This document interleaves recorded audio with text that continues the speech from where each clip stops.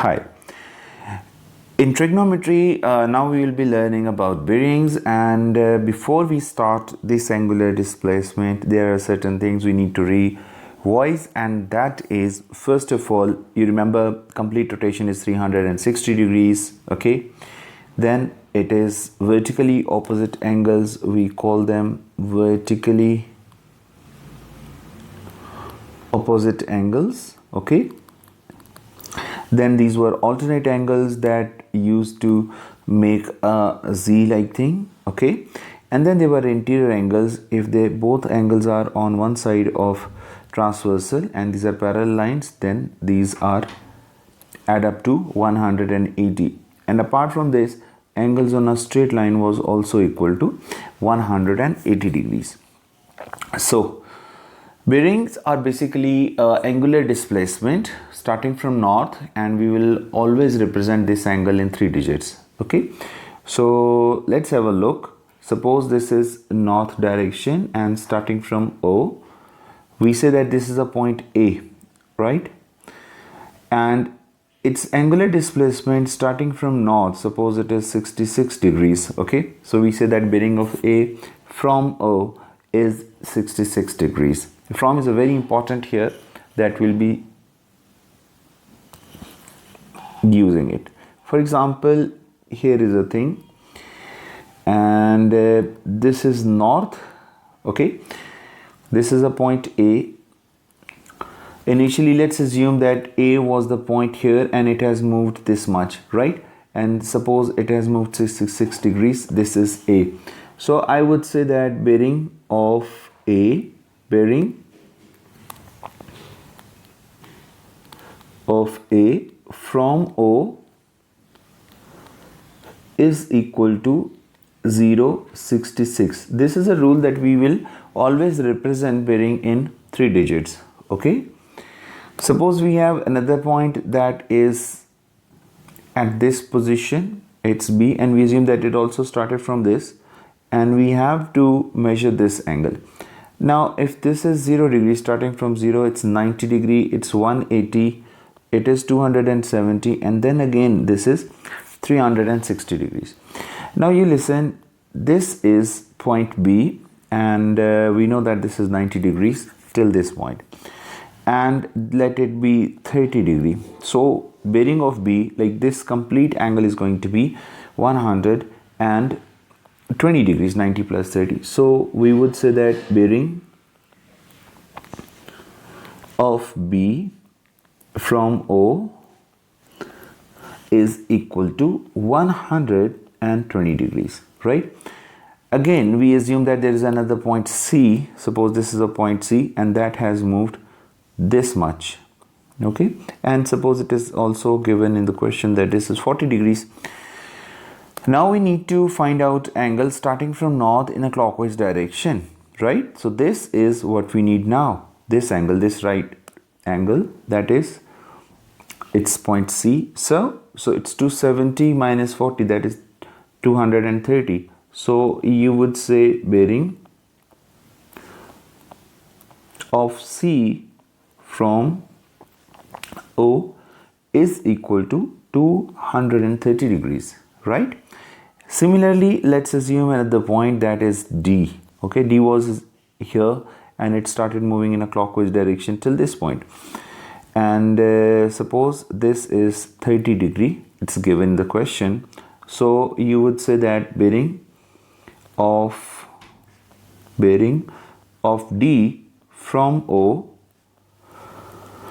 is equal to 270 plus 30, that is equal to 270 plus 30, that is equal to 300 degrees, okay? Now you need to remember this thing, that bearing is always represented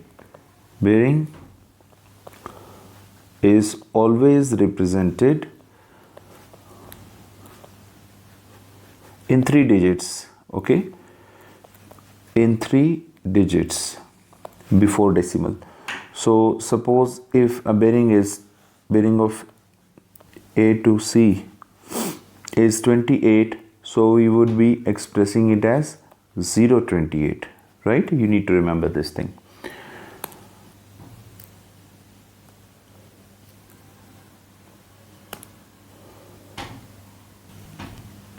Okay, let's assume here are the things, and we need to find bearing of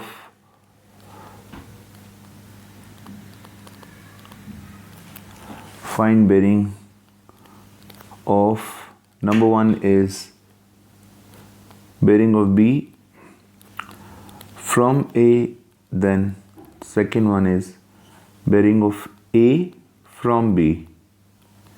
Okay, then next is find bearing of C from B, and then fourth is bearing of B from C we need to find.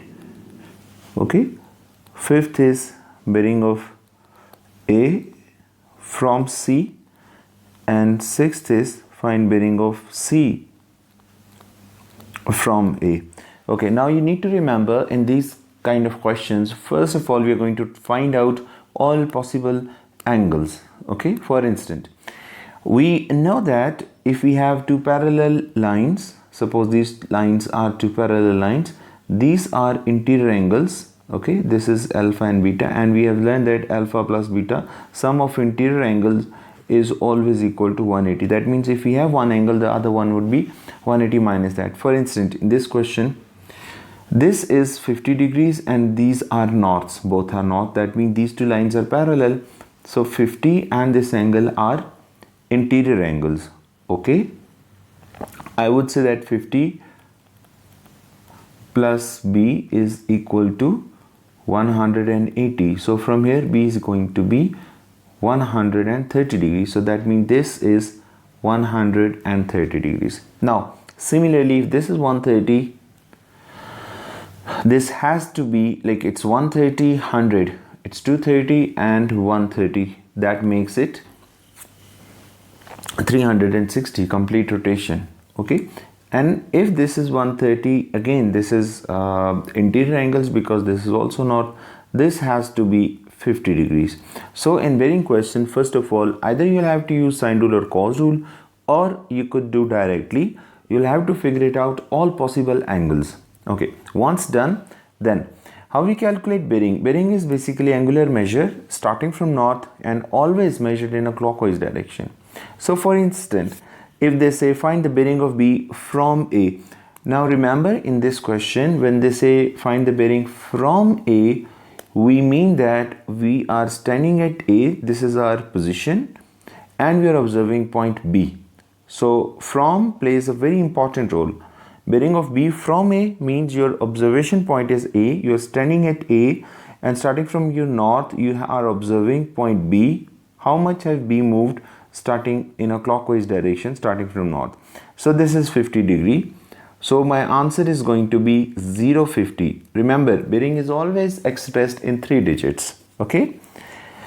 Second is find the bearing of A from B. Now I am standing at B, my observation point is B, and we have to observe A, right? Starting from B, we have to observe A. So this is 130 plus 100. So I need to look at A, how much has A moved starting from this north in a clockwise direction. So this is 130 plus 100, that makes it 230, right? So this is going to be 230. Similarly, we need to find bearing of C from B. From B means I am standing at B and I need to look how much degrees it has moved in a clockwise direction till the line joining B and C, that is 130. So my answer is 130. Then what is bearing of B from C? Now this is from C, that means we are standing at C and we are observing starting from this north, we have to look at B. So this is the required angle we need to know. Having said that, we know what is angle in a clockwise direction. What is the angle of a complete rotation? That is 360. Now 360 minus 50 will give you this angle, that is 310 degrees. Similarly, we need to find bearing of A from C. So bearing of A from C, you're standing at C and you're observing A. So starting from north, you have to look at this line till this line. So now 50 and 20 is 70. 360 minus 70, that makes it 200. and 90 degrees. And the last one is find the bearing of C from A. So this is not bearing of C from A. That means we are standing at A and we have to observe C. So this is our required answer. So that has to be 110. It's 50 plus 60. Okay. This is basically 50 plus 60. That makes it 110 degrees. Okay. So basically, if you define bearing is basically, you could say it is angular displacement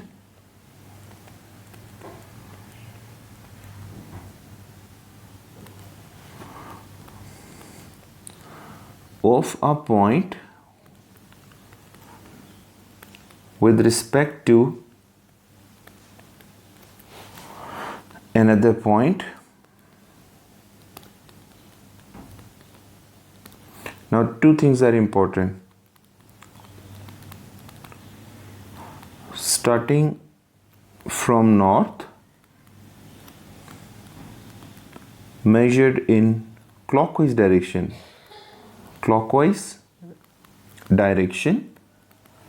and represented in 3 digits only.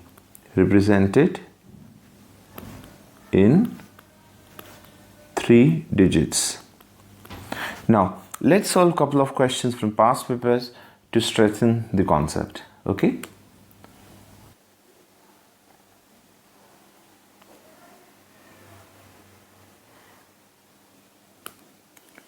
So here is a question. A plane flies from Auckland to Gisborne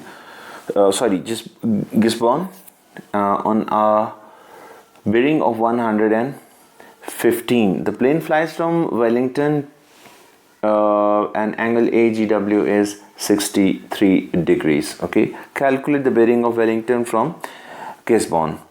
So first of all, we need to see how many possible angles we have. Now listen, if this is north direction and this is 115, so it has to be 180 minus 115. That makes it 65 degrees, right? And similarly, this is a straight line. We know that angles on a straight line is 180 degrees. So this has to be 65 plus 63, that is 128, and this has to be 52 degrees, right? And we need to find bearing of Wellington from Gisborne. Starting from its north, we would say, okay, starting from its north, we would be starting from its north, we'll be coming here in a clockwise direction. Now this is 180, so 180 plus 52, so 180 plus 52 will make it 232. So bearing is 232, right? Okay, for instance, here is a question. The diagram shows the points P, Q and R on a horizontal ground. These are the lengths given. Calculate angle PIQ. So PIQ. Okay, in bearing question, sometimes it happens that they give you a mixed question with sine rule or cos rule. Now, for instance, in this question, we have to apply sine rule for like we have two sides given, one angle is given. So it will be 50 divided by sine of theta equals 100 divided by sine of 140. We do cross multiplication. It's 50 into sine of 140 upon 100, that is equal to sine theta, and our final answer would be theta equal to sine inverse of the whole value. So let's figure it out what it is. So it's 50 into sine of 140, it's sine of 140 divided by 100, and we need to find sine inverse of the answer, that is 18.7. so it is 18.7 degrees. This is 18.7 degrees, right? Now in part B, they want us to they have given us the bearing of R from Q is 100. Bearing of R from Q is 100. So it's given that bearing of R from